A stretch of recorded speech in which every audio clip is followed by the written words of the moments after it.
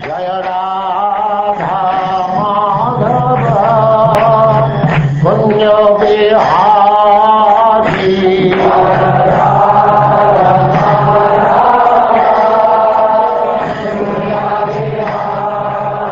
And now Chapter 11. Jada Bharata instructs King Raghugana.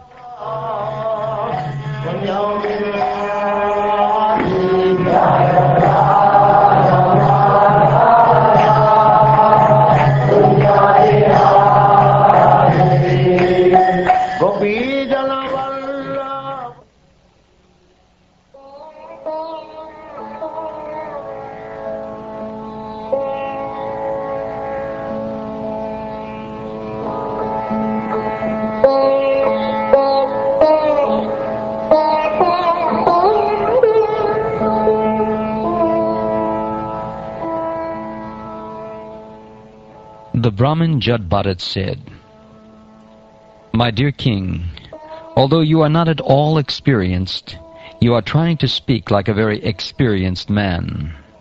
Consequently, you cannot be considered an experienced person.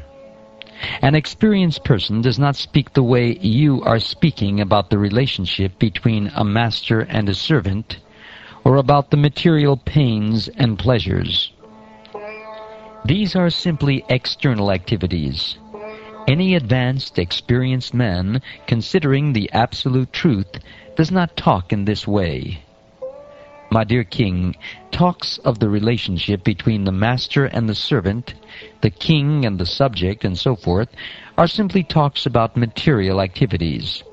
People interested in material activities, which are expounded in the Vedas, are intent on performing material sacrifices and placing faith in their material activities. For such people, spiritual advancement is definitely not manifest.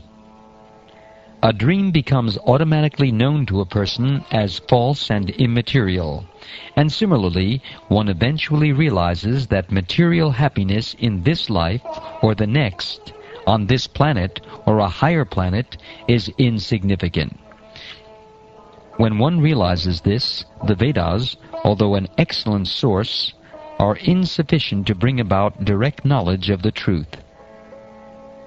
As long as the mind of the living entity is contaminated by the three modes of material nature, that is, goodness, passion, and ignorance, his mind is exactly like an independent, uncontrolled elephant. It simply expands its jurisdiction of pious and impious activities by using the senses. The result is that the living entity remains in the material world to enjoy and suffer pleasures and pains due to material activity. Because the mind is absorbed in desires for pious and impious activities, it is naturally subjected to the transformations of lust and anger. In this way, it becomes attracted to material sense enjoyment. In other words, the mind is conducted by the modes of goodness, passion, and ignorance. There are 11 senses and 5 material elements, and out of these 16 items, the mind is the chief. Therefore, the mind brings about birth in different types of bodies among demigods, human beings, animals, and birds. When the mind is situated in a higher or lower position, it accepts a higher or lower material body.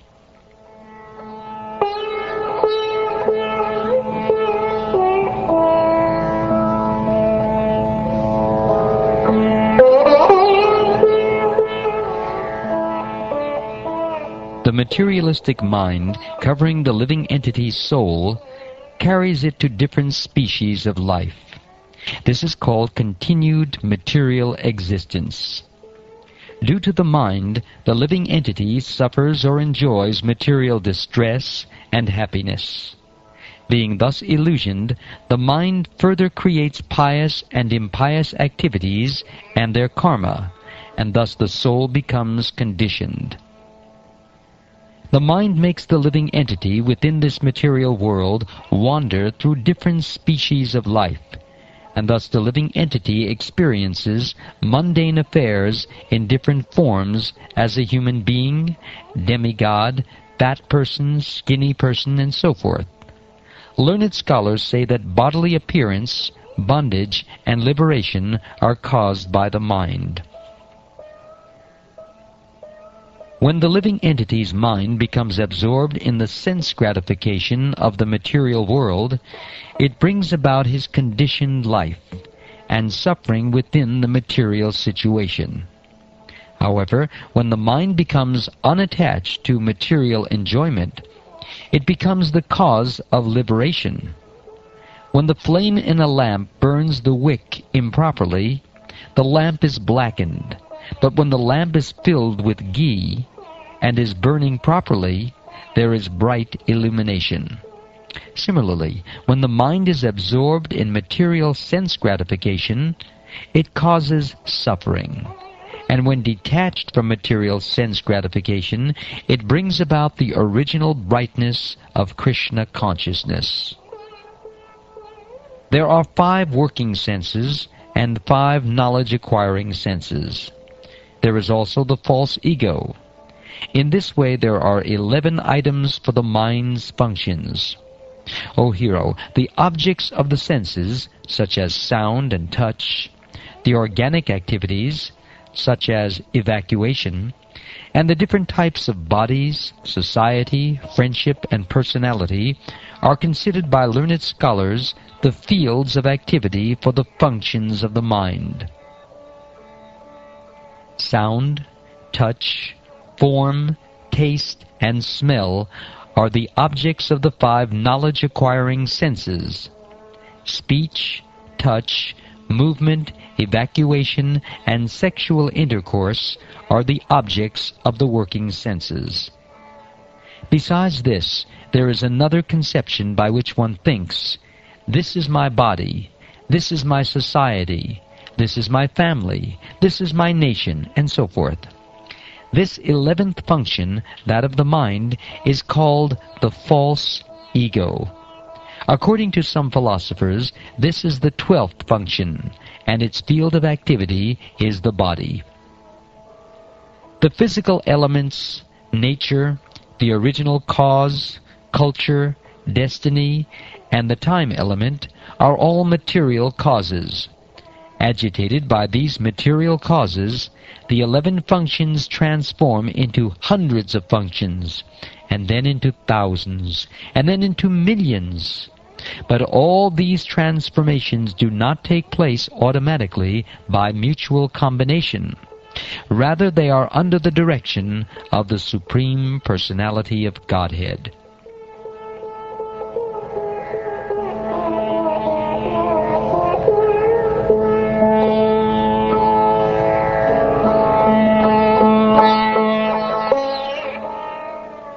The individual soul, bereft of Krishna consciousness, has many ideas and activities created in the mind by the external energy. They have been existing from time immemorial. Sometimes they are manifest in the wakening state and in the dream state. But during deep sleep, or unconsciousness, or trance, they disappear. A person who is liberated in this life, a Jivan Mukta, can see all these things vividly. There are 2 kinds of Kshetrajna, the living entity, as explained above, and the Supreme Personality of Godhead, who is explained as follows. He is the all-pervading cause of creation. He is full in himself and is not dependent on others. He is perceived by hearing and direct perception. He is self-effulgent and does not experience birth, death, old age, or disease. He is the controller of all the demigods, beginning with Lord Brahma. He is called Narayan, and he is the shelter of living entities after the annihilation of this material world. He is full of all opulences, and he is the resting place of everything material. He is therefore known as Vasudeva, the Supreme Personality of Godhead. by his own potency, he is present within the hearts of all living entities, just as the air or vital force is within the bodies of all beings, moving and non-moving. In this way he controls the body. In his partial feature, the Supreme Personality of Godhead enters all bodies and controls them.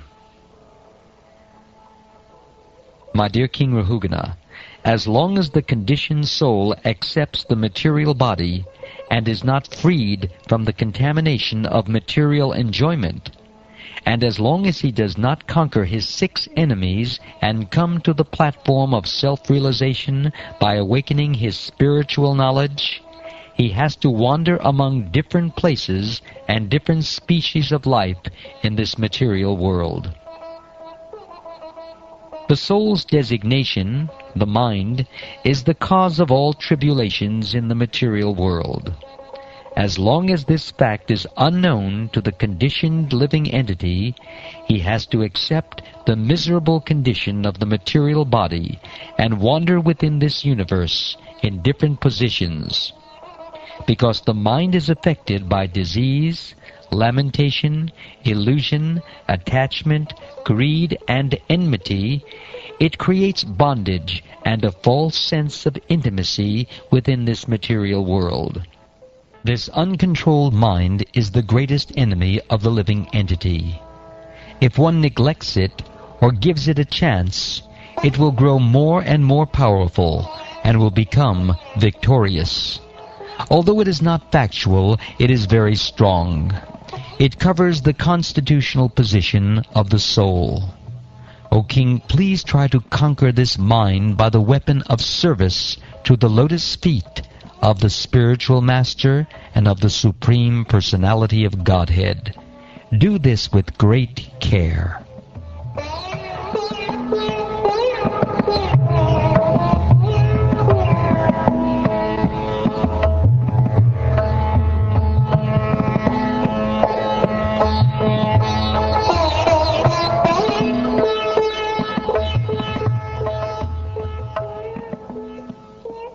Thus ends the 11th chapter of the 5th canto of the Srimad Bhagavatam, entitled Jada Bharata Instructs King Raghugana.